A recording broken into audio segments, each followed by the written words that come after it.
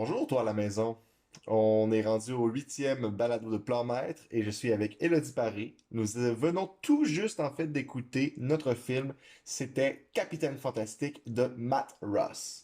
Alors Élodie, peux-tu me faire un petit résumé de c'est quoi ce film-là? C'est quoi le résumé de ce film-là? De quoi ça jase? Dans le fond, ce film-là, c'est un de mes films fétiches. Ça se trouve à être un film, je trouve, qui a vraiment des très belles valeurs que normalement on voit pas nécessairement dans les autres films.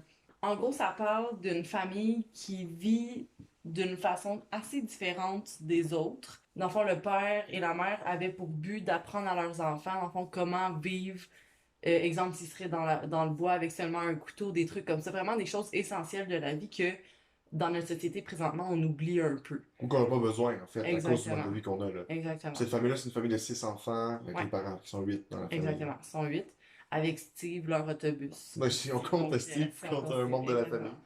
Fait que c'est ça. En gros, c'est pas mal ça. Puis il arrive, dans le fond, une petite situation avec la famille qui font en sorte, parce que ce qu'on a oublié de mentionner, c'est que la famille vit dans le bois depuis très très longtemps. La plupart des enfants sont jamais sortis là, de cet endroit-là.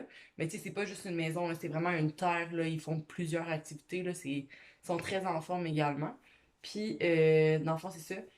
Il arrive une situation où ils doivent quitter le nid Je familial pense qu'on d'une peut certaine expliquer la façon. situation. C'est quand même au début du film, là, si Ouais. tu veux, là. OK. Fait que dans le fond, on apprend que la mère est à l'hôpital. Donc, c'est juste le papa avec les enfants. Et puis, à un moment donné, ben, au début de l'histoire, on finit par apprendre que la maman s'est suicidée. Donc, elle est décédée. Donc, c'est de voir la réaction là, qui est assez intéressante auprès de chaque jeune, à quel point c'est différent. Puis là, dans le fond, eux, ils veulent absolument aller aux funérailles de la mère. Donc, c'est ce qui fait en sorte qu'ils prennent l'autobus Steve et qu'ils partent à la quête des funérailles de leur mère. Enfin, ils s'en vont, ils veulent retrouver leur maman. Donc, puis là, ça les amène vraiment à des drôles de changements parce que la plupart ont jamais vu des épiceries ou des personnes comme, tu sais, vraiment tout le mode de vie que nous, on est habitués. Mais en regardant ce film-là, tu réalises que t'sais, on le remarque plus, mais c'est vrai que c'est assez flagrant, puis il y a des choses qui sont vraiment dans l'excessivité. Puis on dirait qu'en réécoutant ce film-là, je trouve, moi, ça m'a comme un peu t'sais, ça m'a comme ouvert les yeux sur ça, là. T'as moins le goût de consommer en ce moment. Jusqu'à ce que Ouais. t'ailles te coucher, là, t'as comme une espèce de bile, que je Ouais. fais attention. Ouais. Mais Ouais. ça sensibilise aussi beaucoup ce film-là, ça l'apprend beaucoup, puis ça fait réaliser sur des choses un peu, là, qui est assez intéressant, je Ouais. dirais. Beau résumé. Moi, je rajoutais aussi que c'est un film qui navigue en plusieurs genres, je dirais. Tu sais, on Mhm. a beaucoup avec Steve qu'on a parlé de la voiture, là. On peut quasiment parler d'un film qui est un film de route, là, un peu Ouais. à la Into the Wild. Ouais. On a aussi beaucoup de points en commun. Tu sais, l'aspect nature est important. Exactement. On a l'aspect qu'on voyage beaucoup Mhm. dans les lieux.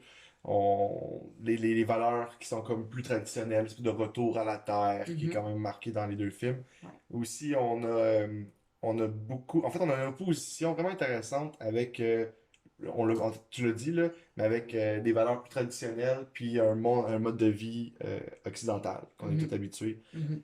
J'ai aimé un moment donné, ils sont dans l'autobus, puis une des filles de la famille qui lit Mhm. un livre. C'est le Ouais. livre de Lolita.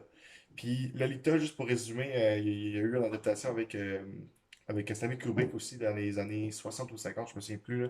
Mais ce livre-là, il parle de quoi? C'est un homme qui entretient une relation amoureuse avec une jeune fille, un Une enfant. mineure, ouais. Oui. Puis dans le fond, on a comme on a vraiment le point de vue du personnage principal de Lolita, le monsieur, qui est quand même assez âgé, là. Puis la petite fille, elle explique que on a juste le point de vue de ce monsieur-là, on n'a pas un autre point de vue. J'ai trouvé ça intéressant parce que ça fait comme une espèce de comparaison avec l'entièreté du film. Tout le film est basé sur Captain Fantastic. C'est Mhm. lui. On a le personnage principal qui était incarné par Viggo Mortensen. On le voit lui, son point de vue. Puis on a de la difficulté à voir les autres points de vue. On le voit quand même. On voit que Mhm. Un peu quand le même, là. reste de la famille est ben, autre que les enfants, là, les Le tantes, les grand, oncles, les ouais. grands-pères. Les autres sont comme plus... ils comprennent pas la situation, ils sont détachés de ce que la personne veut vivre.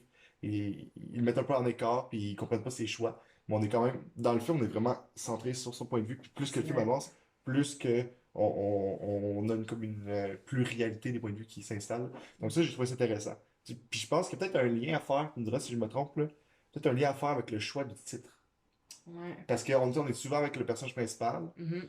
puis le choix du titre, c'est Captain Fantastique. Ouais, puis c'est drôle parce que tu parles de ça parce que la plupart des gens, mettons, à qui j'ai fait écouter ce film-là, parce que ça reste que, comme je disais, c'est un de mes films préférés, je l'ai fait écouter à beaucoup des gens dans mon entourage, puis à première vue, quand je leur dis le titre, ils sont comme, oh, c'est un film de super-héros. Mais non, tu sais, c'est drôle parce que à quel point le titre, c'est trop pas la même chose que quand tu regardes le film, mais une fois que tu as écouté le film, tu comprends pourquoi ça s'appelle comme ça. Mhm. Comme un peu ce que tu viens de dire, c'est par rapport tout au personnage là, qu'on retrouve que dans le fond, tu sais, il y a une importance qui ramène au titre, là. Ouais, mais c'est un titre qui est très subjectif, dans le sens que Captain Fantastique, c'est plus lui qui il fait le meilleur choix, comme après tous les parents font, le meilleur choix pour ses enfants, qui Mhm, les élève de cette façon-là. mhm. Mais en même temps, si le point de vue aurait été, mettons, du grand-père de la famille, que lui aurait été le personnage principal de l'histoire, probablement que le film aurait été très différent, là. Ah oui. Puis, probablement que si ça avait été fait au Québec, ça serait peut-être appelé Captain Trou de cul, mettons. Quelque chose du genre, là. Ouais, ça Parce aurait que pas été la le point de joie vue est comme ça. vraiment pas le même. Donc, c'est vraiment un Effectivement. titre qui est très adapté. Puis là, je pense que c'est plate un peu parce qu'au Québec, on change vraiment le titre, là. C'est quoi déjà? C'est Une vie fantastique. Mhm. Fait que là, déjà, La traduction on est perd un un peu peu. dans. Ouais, c'est ça. Ouais.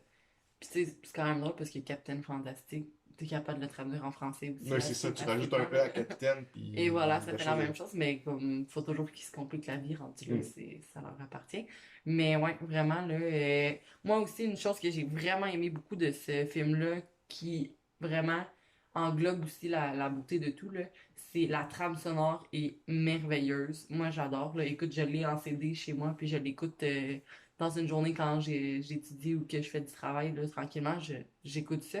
Puis il y a aussi les prises de vue sont incroyables, les paysages, c'est vraiment de toute beauté, là. Fait que ça aussi, ça donne un petit plus là, à ce film merveilleux. Bon, ben merci, elle a dit. Ben, ça me fait plaisir. Donc, nous, on se revoit le mois prochain avec un autre balado de plan maître.